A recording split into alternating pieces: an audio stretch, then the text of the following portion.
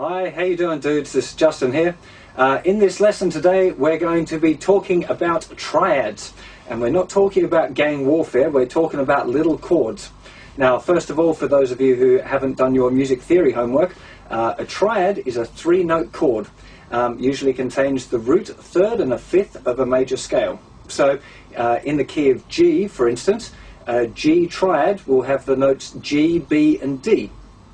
Now, to play a triad, most of the big chords that you play at the moment are probably kind of expanded triads, if you like. If we take it like a regular big G chord that you might play, like, you know, your open G chord, then the notes that you're playing there are G, B, D, G, D, G. So there's actually only three notes in the chord that you're playing anyway. But the type of triads that we're going to look at today are ones that actually only use the three notes of the triad.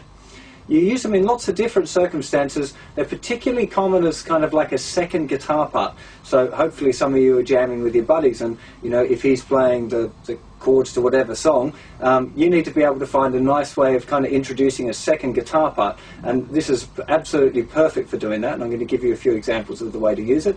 And also it gets used a lot in reggae. So a lot of you have kind of said that you'd like me to kind of demonstrate what I'm going to do before we actually do the lesson. So if I just use, I'm just going to use a little simple chord progression like G, C, G, D.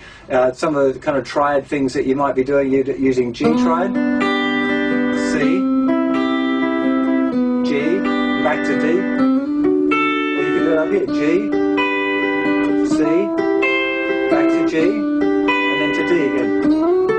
Or you can even do it right up the neck up here, G, C, G, to D.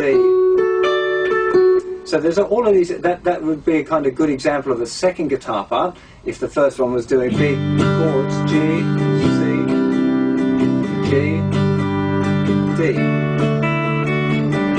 If somebody was doing that, that's a really, really common kind of chord sequence, and a nice one to practice your triads with. So that would be the first way that it gets used. The second is a lot of reggae stuff. So because the chords are kind of nice and high sounding, like they're kind of crisp, you're using mainly the three strings. At least the type of triads we're going to be looking today are just on the thinnest three strings. So good example, like a reggae kind of thing, you know.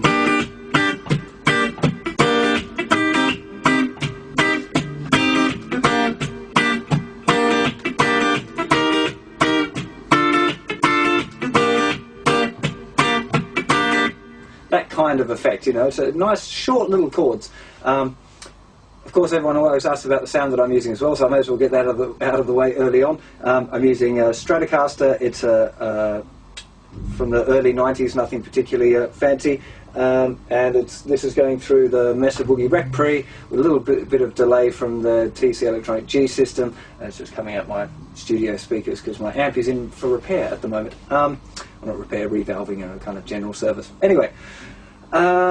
So let's get started and talk about these little triads and actually how you play them now. So what we're going to start off with is looking at the G triad.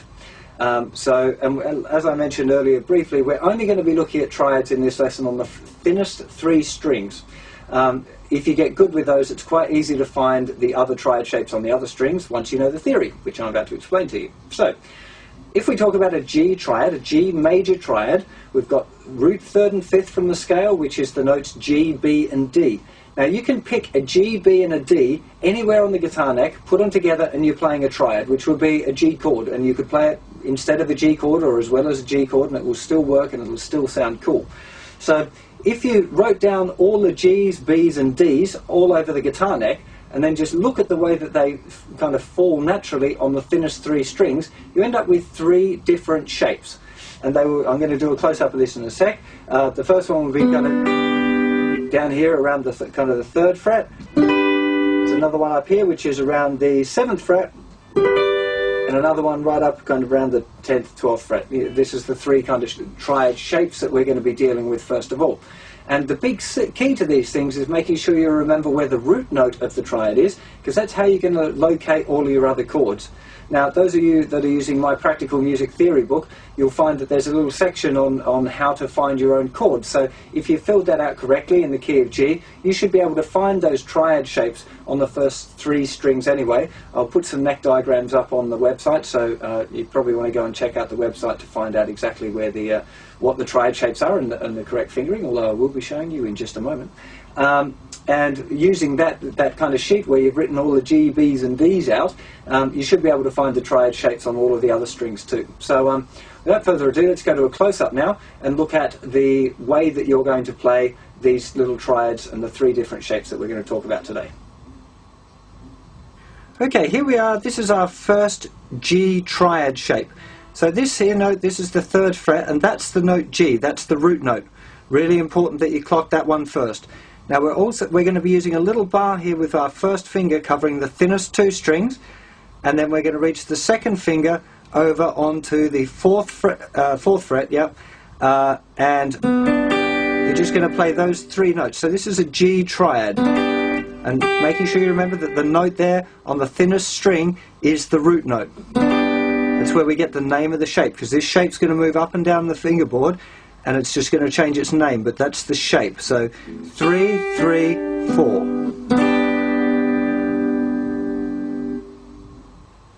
So here we are for the 2nd shape, and hopefully some of you will recognize this as it looks kind of like a D chord. You could definitely refer to this as kind of being a D shape. We're here now, this is the 1st finger on the 7th fret, 2nd finger also on the 7th fret but on the thinnest string, and the 2nd finger, the 3rd finger goes down in the middle, and this note here with the 3rd finger, that's the note G. This is the root note. Yeah, really important that you recognize that this is the root note here on the 8th fret of the 2nd string, the other 2 fingers going down in the 7th fret.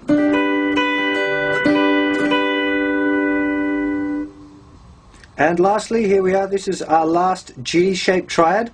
Now this one we're starting with the 3rd finger on the 12th fret of the 3rd string, and this is the note G, this is the root note. Then we little finger underneath, also on the 12th fret, and 1st finger down on the 10th fret.